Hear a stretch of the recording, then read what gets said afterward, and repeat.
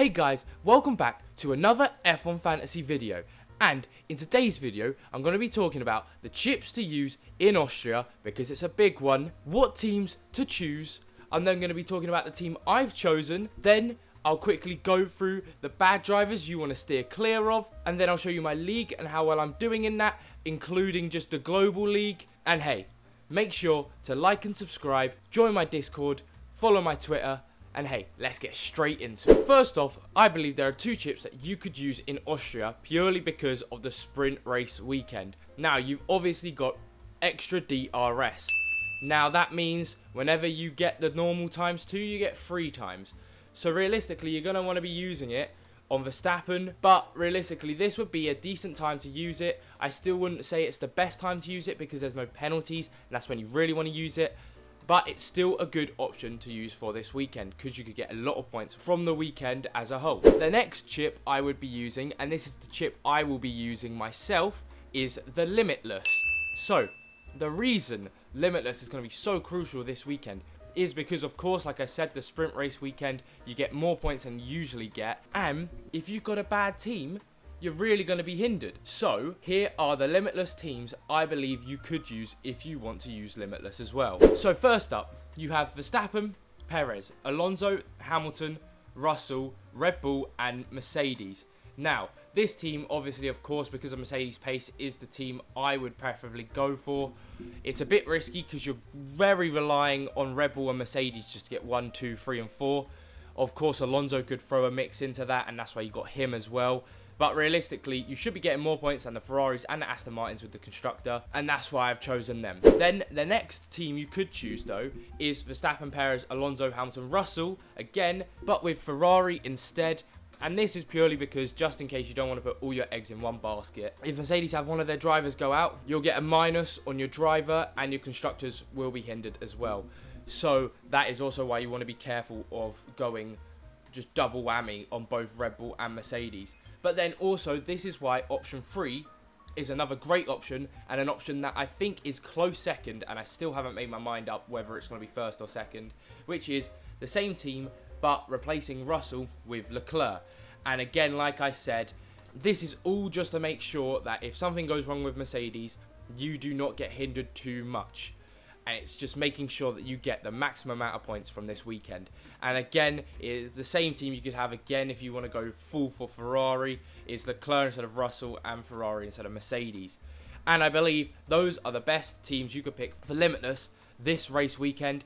Now, bear in mind, keep practice 3 open. Make sure you watch it because you're going to want to see who looks the fastest. But I think it's still going to be Red Bull, Mercedes and Aston Martin fighting, well, technically at the front. Red Bull's going to be miles clear of everyone. And then Ferrari's just behind them. That wraps up the chips that I would use in Austria for this weekend. So let's get on to the teams I would choose if you're not using any Limitless chips. So, for me, technically, there are 6 options of teams you could choose. Now, the options can be varied a little bit, but at the core, these are the teams you need to have. Option 1, which is Verstappen, Perez, Alonso, Stroll, Zhou, Red Bull, and Aston Martin. And if you cannot afford Zhou, then replace him with Hülkenberg. Now, the reason for this team is, of course, Verstappen got 35 points in Canada, 349 points throughout the season so far. He is a must-to-have in your team. Obviously, he's going to win the World Championship. He's going to get you amazing points in F1 Fantasy. Goes without saying you need him in your team. Then again, for Sergio Perez, it might sound weird saying you want him in your team, but for anyone who hasn't played F1 Fantasy before, basically, race overtake points are crucial in this game, and that's why he actually got more points than Alonso this weekend, even though Alonso came second and Perez could only manage 6th. So Perez, even when he has a bad qualifying in that Red Bull, will get you so many race overtake positions that it's still worthwhile to have him in your team as the second best driver on the grid in terms of F1 Fantasy points. Then Alonso got 27 points in Canada. Technically, he qualified 3rd, but as we know with the Hülkenberg penalty, he got pushed to 2nd, finished 2nd, got 1 race overtake bonus. He had a good, decent race, and that's why you need Alonso, especially at his value now, because his price has risen by $1 million even just in the last week when they last reset the prices. so you need him in your team as well. And these drivers that I just spoke about, Verstappen, Perez and Alonso, are the 3 core drivers I believe in. Every team must have these because they are getting you the most consistent points and will always be at least in the top 5, all 3 of them, hands down. So let's get on to Stroll, who is the next driver in option 1. So Stroll got a respectable 14 points. Again, if you're looking at it in an F1 perspective, it didn't look like he did well. That because of all of his position gained points, he got 14 points overall, 67 points this season. He's slowly getting better and better. He's still a great option to have, and at 8.1 million, he's a bargain to get. And get him before his price rises even more. Then on to Zhou, who got 4 points. It wasn't his best weekend. He qualified last, but because of the amount of race positions he gained, he got 4 points. So not terrible. He didn't get any minus points, but still a great driver to have in that 5th driver slot. Because Tsunoda is now a bit more pricey. If you didn't have Tsunoda last weekend, you won't probably be able to afford him unless you get rid of another driver. So Zhou, I think for me at least, if you had Tsunoda, keep Tsunoda as well in that 5th driver position. Then of course we get onto the constructors, which are Red Bull, who got 86 points over the whole weekend. Yes, they're 28.1 million. Yes, they're rising in value, but you need to have Red Bull because they are just so crucial to everyone. Constructors are the main point of this game where you get the chunk of your points, so you need to have 2 good constructors. And that also leads on to the next constructor I would have in option 1, which is Aston Martin. Now, Aston Martin are only 8 million as they were an outlier at the start of the season. The F1 Fantasy didn't realise that they would be that good. So everyone needs to have them because they've gone up 1 million since Canada. 46 points in Canada. They're so dirt cheap.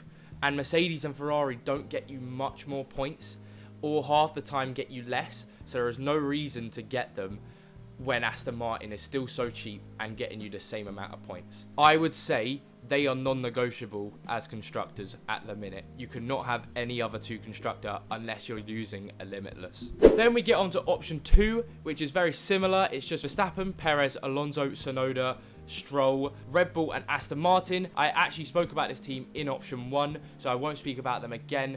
Now for the differential options, which I'll first start off with Verstappen, Russell, Alonso, Tsunoda, Stroll, Red Bull and Aston Martin. Now the reason this is a differential is because Russell, yes, he had a bad weekend in Canada getting a -12, but he was doing pretty well in the race before them. He was behind his teammate Hamilton in 4th. He's in that Mercedes, who are getting pretty decent points at the minute. Of course, you'd have to get rid of Perez, which I don't think is advisable. But if you wanted a differential to be slightly different than the main teams that are out there, then this is another differential team that you would get. But for now, I'd advise against this team unless you're really adamant on having Russell in your team. Then the other differential team is Verstappen, Perez, Alonso, Gasly, Zhou, where Gasly would be replacing Stroll. And the reason for this, Gasly and Stroll have very similar values, with Gasly being 8.6 million, so slightly above Stroll. He got 8 points in Canada, which isn't the best, but it's still alright, especially in that Alpine. He's cheaper than Ocon, who's too expensive to have. Now, I still wouldn't get Gasly purely because I think Stroll will, over the long run, get you more points.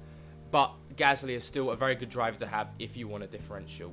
Now, onto the final differential, which is the constructor differential. If you want Mercedes, again, I'd strongly advise against it. But if you're adamant you want Mercedes in your team, then this would be the team I would go for. Verstappen, Tsunoda, Alonso, Zhou, and Hülkenberg. As you can see, having Zhou, Hülkenberg, and Tsunoda in your team would not be the best team to have. But the Mercedes would get you more constructors points over a little bit of time, but getting 5 to 10 points more from your constructor, but getting a tremendous amount less from your drivers, there isn't enough value in getting this yet. But it's still not the worst differential to have.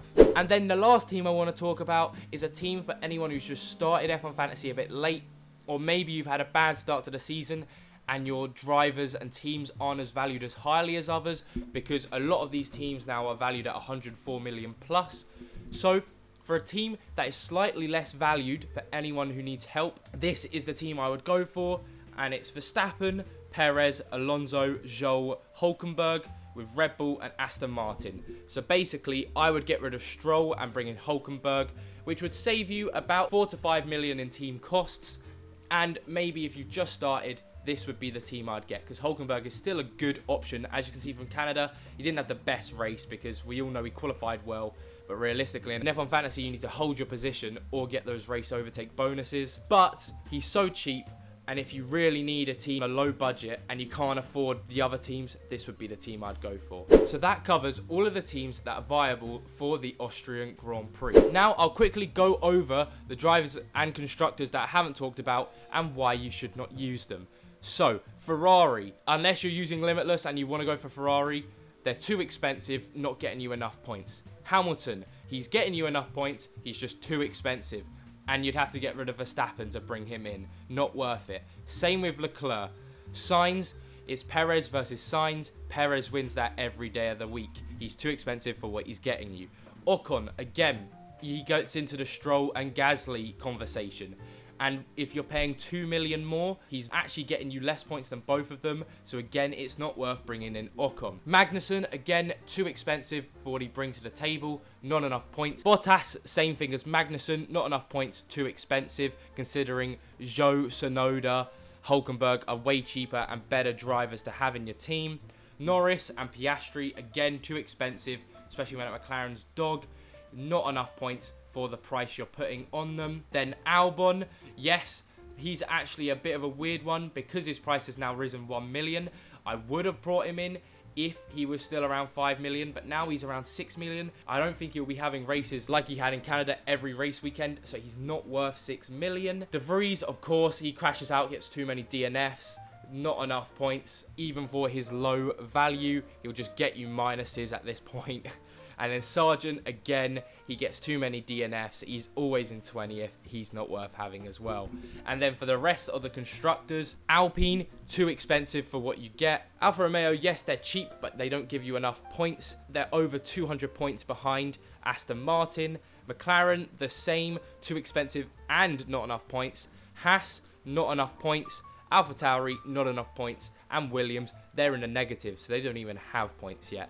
So that wraps up the no-goers that I wouldn't go anywhere near in F1 Fantasy. Now I'd like to go over to the leagues, where as you can see in the Global League, I'm in the top 150,000 now. I haven't took a dip since race weekend 1, where I had Ferrari as a constructor, because I did not think Aston Martin would do that well. But since then, I've climbed up from 280th to 150th in the world. And then also in my own league, there's 79 of you now. Thank you all so much for joining. Again, link in the description. I'll put the link on the screen right now.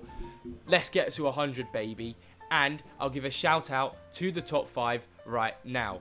Ferrari Nice in first place. Very well done for being first, with a joint first of JMV Racing. Very well done.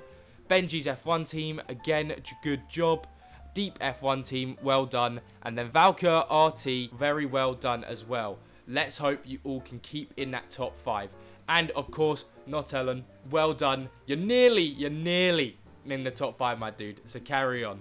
And then finally, I'd like to say I'm moving my good and bad tier list solely to Twitter, as I believe the way I structured my video today is a bit more efficient and a bit better in terms of showing who to pick for F1 Fantasy.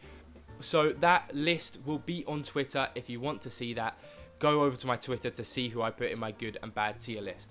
And hey, that about wraps up this video. Thank you all so much for watching. If you got this far, like and subscribe, and I'll see you all in the next video.